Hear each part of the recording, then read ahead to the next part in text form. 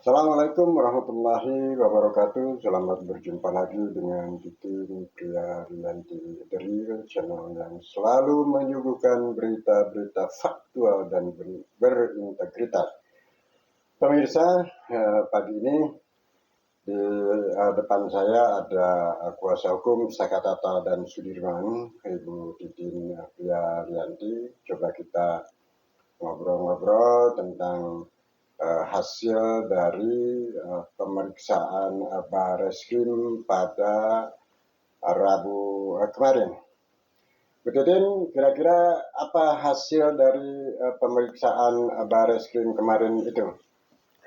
Kalau mengenai hasil kan diserahkan kepada tim yang melakukan pemeriksaan kemarin. Kemarin yang ditanyai. Kalau materi sih kan terkait dengan pasal yang dikenakan itu 422, 351, 333, kemudian juga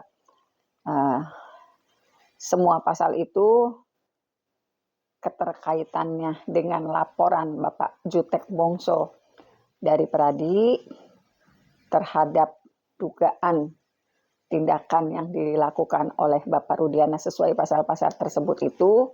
Jadi saya harus menjelaskan. Tapi penjelasan saja tentu saja didukung bukti-bukti dokumen yang saya miliki.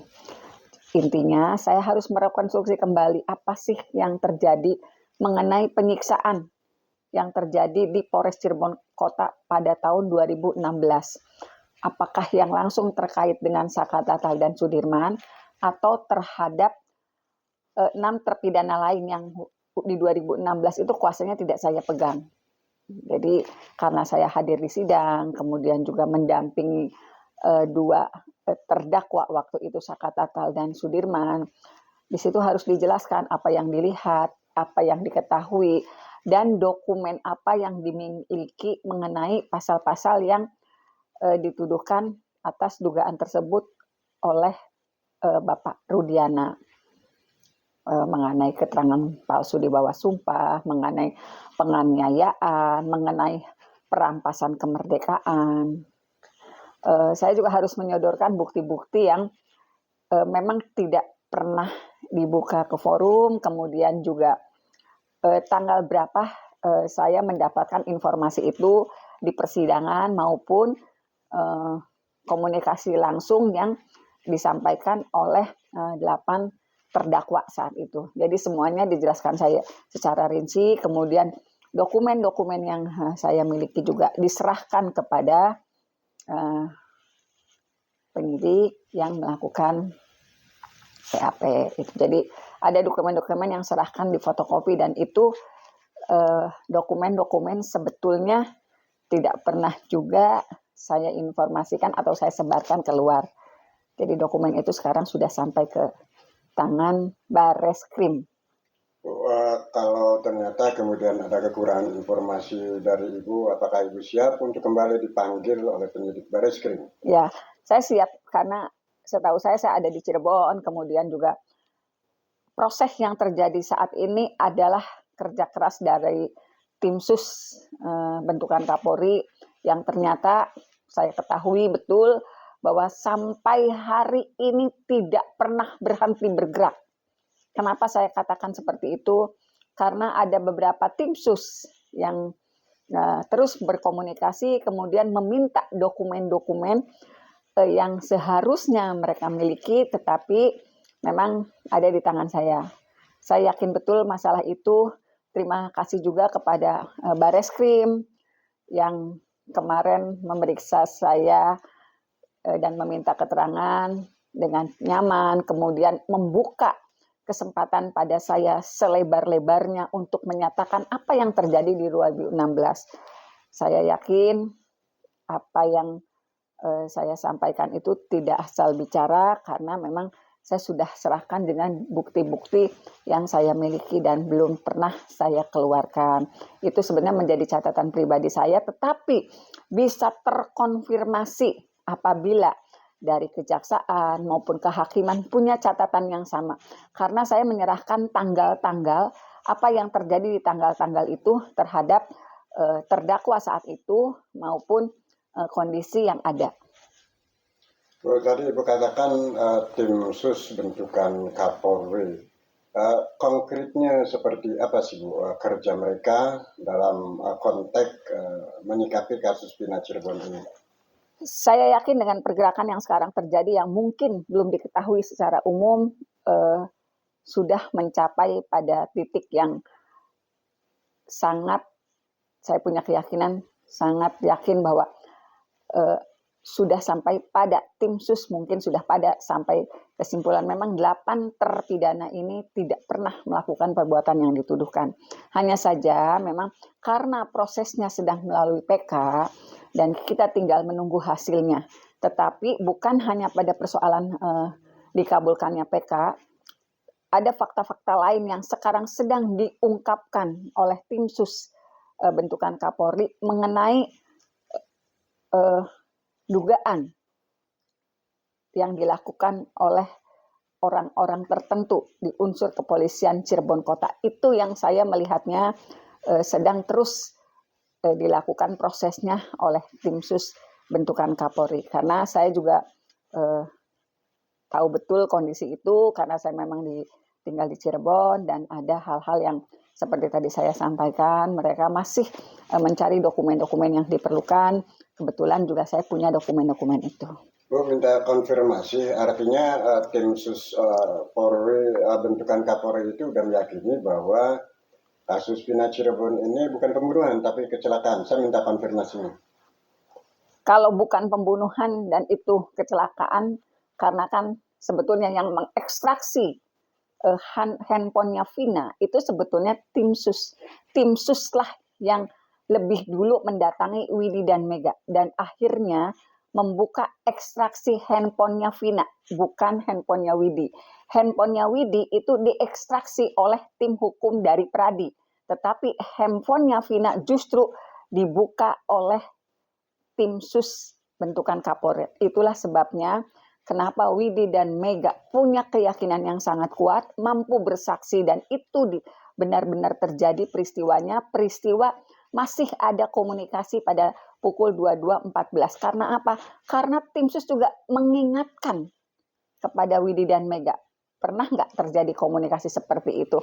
Walaupun Widi dan Mega lupa, tetapi setelah dibuka ekstraksi handphone Vina dan diingatkan apa saja kalimat yang tera di dalam percakapan tersebut, akhirnya Widi dan Mega betul-betul secara utuh mengingat peristiwa itu detail dengan waktu-waktunya. Dan kalau misalnya masyarakat tahu, itu sebetulnya betul-betul atas bantuan tim sus bentukan Kapolri. Dan itu saya sudah konfirmasi betul kepada Widi dan Mega, mereka bertemunya kapan, kemudian berapa kali pertemuan, apa percakapan yang terjadi hari itu. Dari proses sidang PK kemarin saya amati, jaksa masih punya kecenderungan meyakini bahwa kasus Pina Cirebon ini pembunuhan sesuai dengan putusan pengadilan 2016. Bagaimana itu, Bu? Ya sebetulnya saya juga, ya bukan cuma saya lah, seluruh masyarakat Indonesia juga sangat menyayangkan. Kenapa sih jaksa begitu kekeh? Apa sih sebetulnya yang ditutupi dari keyakinan kejaksaan yang terus saja menganggap seolah-olah peristiwa itu betul terjadi di 2016. Padahal di ruang sidang PK itu sudah sangat terbukti. Mana ada saksi-saksi yang dihadirkan di bawah sumpah dalam kondisi yang mereka tidak pernah dihadirkan di 2016, tetapi sanggup menyatakan kebenarannya, apakah itu tidak beresiko? Walaupun sekarang sudah sangat terbuka, tetapi apakah itu tidak beresiko besar apabila mereka melakukan kebohongan dengan dilihat oleh seluruh masyarakat Indonesia karena itu live. Jadi saya juga bingung kenapa sih kejaksaan masih kekeh. Sebetulnya apa sih yang ditutupi oleh kejaksaan?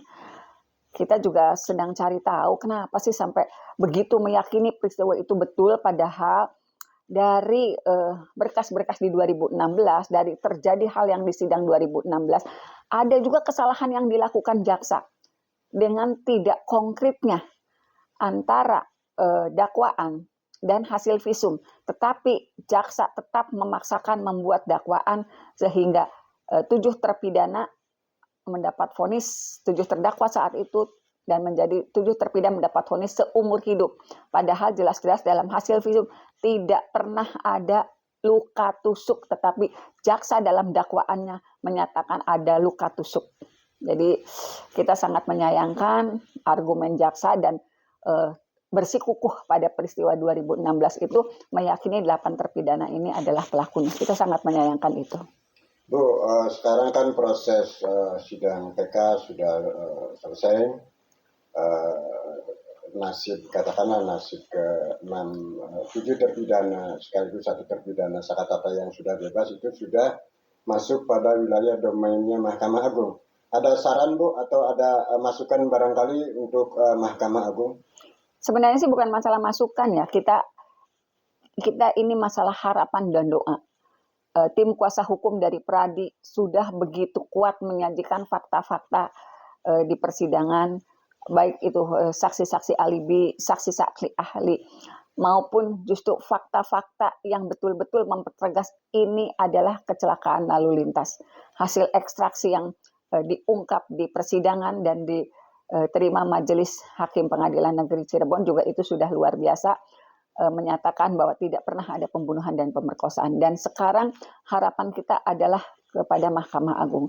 Saya juga selalu berdoa mudah-mudahan Mahkamah Agung terketuk hatinya, dan saya yakinlah di tingkatan Mahkamah Agung melihat tayangan secara langsung pada saat sidang PK, karena di situ juga ada air mata, ada kepedihan, ada ketakutan, ada kekhawatiran, tetapi ada fakta-fakta yang tidak bisa dibantah.